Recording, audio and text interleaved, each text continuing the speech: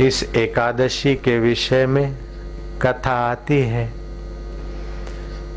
कि राजा नहुष अपने काम के अंधापन में इंद्राणी के सौंदर्य पर उसका काम विकारने से अंधा क्या, इंद्राणी के साथ इंद्रपद भोगने की इच्छा वाला नहुष इंद्राणी को अपनी भार्या बनाने की कोशिश करता है।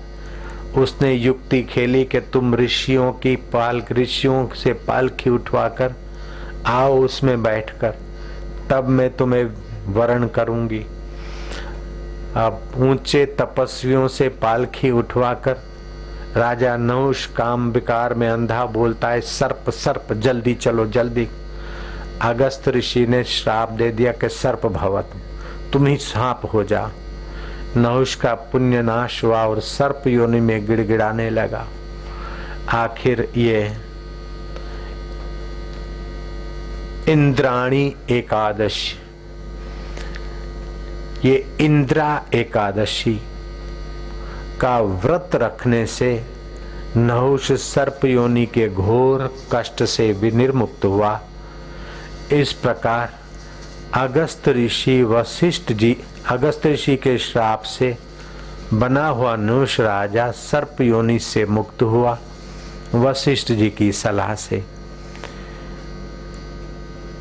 ये एकादशी पितृलोक में, यमलोक में दुख भोगने वाले पूर्वजों के पुण्य लाभ के लिए भी करें तो उनकी भी सद्गति होती है। श्राद्ध कर्म करते समय भगवत गीता के 7वें अध्याय का महात्म्य पढ़ के 7वें अध्याय का पाठ करके फिर जिनका श्राद्ध करते उनको अर्पण करने से उन पितरों को भी श्रेष्ठ गति मिलती है और उनका आशीर्वाद मिलता है। कुल खानदान में पवित्र आत्माएं अवतरित होती है। श्राद्ध के दिन चल रहे हैं, इसलिए श्राद्ध की बात का विशेष कुछ जानना हो तो श्राद्ध महिमा नाम की पुस्तक स्टॉल पर है, ले लेना।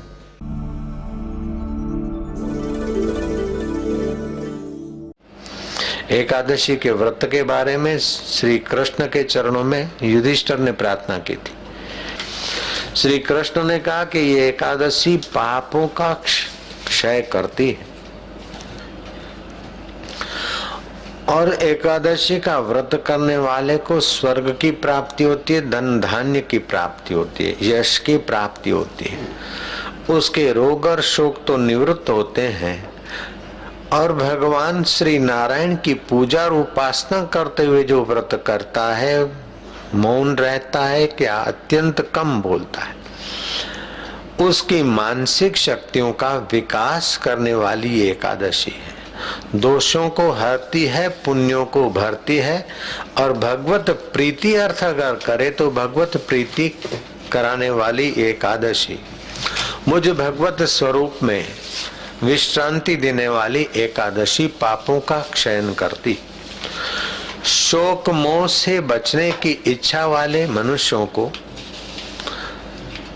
पाशा कुशा एकादशी, धन्य धान्य और स्वर्ग को देने वाली एकादशी का व्रत करना चाहिए।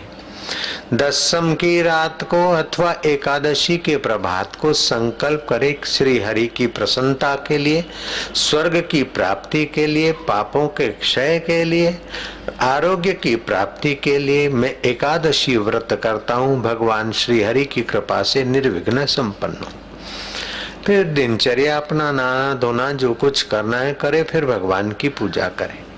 हो सके तो निर्जल रहे, नहीं तो जल पिए। ठंडा जल पीने से मंदाग्नि होती है, गुनगुना जल पिए। जठरा की भूख बनी रहे और नाड़ियों में जो वात पित्त कफ के दोष जमा है, नाड़ियों से वो दोष खींचकर जठरा उनको पचा दे, आरोग्य की रक्षा हो। 14 दिन तक जो खुराक खाया है उससे जो रस बना है, 15वें दिन उस रस को ओज बनने का अवसर मिलेगा। लॉन्ग लाइफ, दीर्घजीवी होने में भी एकादशी का व्रत मदद करता है।